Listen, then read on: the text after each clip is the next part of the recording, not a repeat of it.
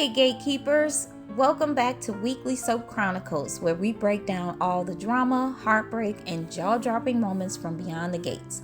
I'm your girl Phil, and today I'm diving into the June 11th episode.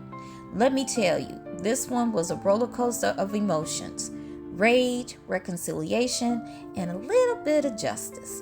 So let's get into it. First up, Bill.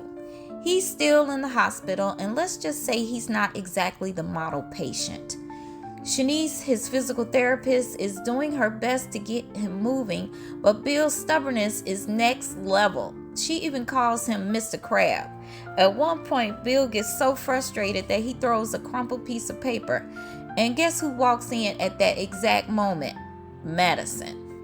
Later, Madison asks Bill about his daughter, but it's clear she's fishing for information about Chelsea. Bill's all for Chelsea's influencer career, but he's worried about the downsides of being in the public eye. And Madison, she's definitely having second thoughts about getting involved with Chelsea, or is she? We'll talk about that later. Over at Leslie's apartment, Jacob's back with a second search warrant, and this time he finds the planted evidence. And of course, the helmet and gloves are right there in Leslie's storage bench, just where Kat left them. Leslie, of course, claims it's all a setup, but Jacob's not buying it. He reminds her this life is real, where actions have consequences. Later, he meets with Kat at Orphe Jean's to give her an update on the search warrant. But here's the kicker. The judge won't approve the warrant to arrest Leslie. So for now, she's off the hook. But something tells me this isn't over. Now let's talk about Chelsea. She's still figuring out her feelings, but she's ready to take things to the next level. She even tells Kat she wants to come out to her family, starting with her dad. Later, Chelsea visits Madison at the hospital, and the chemistry between them is undeniable. Madison suggests they grab dinner sometime, and Chelsea's all in. Looks like Bill's warnings about public scrutiny didn't scare Madison off at all. Gatekeepers, are we feeling these too? Let me know. Meanwhile, at Nicole's office, Laura's still struggling to get back on her feet. Nicole tries to lift her spirits, but things get complicated when Laura suggests bringing Eva back to help with the new system. Nicole agrees, but she's clearly conflicted. She misses the kind, sweet Eva she used to know, but she's also wary of letting her back in.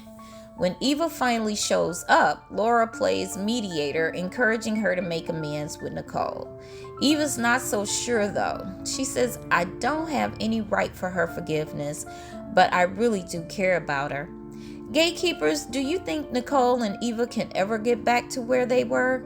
Or is this relationship beyond repair? Later, Nicole's still reeling from Ted's betrayal, and Dani, being the big sister ever, comes through with a very creative way to channel that anger. Forget therapy, forget journaling. Dani's solution? Let's smash some ceramic mugs, okay? And honestly, it works.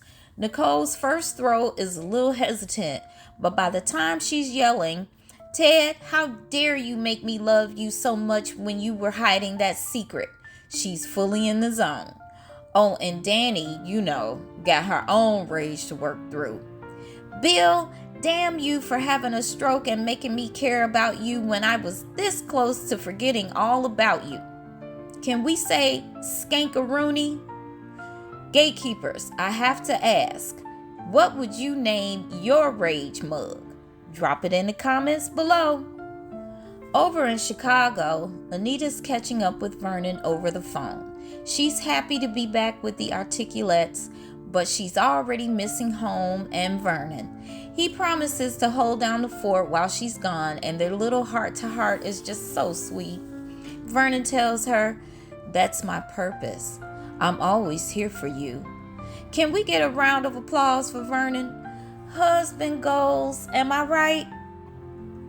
Back at Leslie's place, She's in full panic mode after Jacob's visit. She calls Eva, who rushes over to help. But when Leslie starts twisting the truth, saying that Eva doesn't love her, Eva's not having it. Eva tells her, if I wanted you caught, I would have kept the helmet and gloves for Jacob to find in the first place. Leslie's hurt, doing a lot of fake crying, but Eva's just trying to keep her mom from spiraling. She even encourages her to stay positive, which is easier said than done when the walls are closing in. But after Eva leaves, Leslie starts laughing and says, Leslie Thomas is here to stay. Gatekeepers, is Leslie diabolical or what? And that's a wrap on this episode of Beyond the Gates. What did you think of all the drama? Are you team Chelsea and Madison? Do you think Leslie's days are numbered? And what's your take on Nicole and Eva's complicated relationship? Let me know your thoughts in the comments, and don't forget to like, subscribe, and hit that notification bell so you never miss an episode of Weekly Soap Chronicles. Until next time, Gatekeepers, keep the drama alive.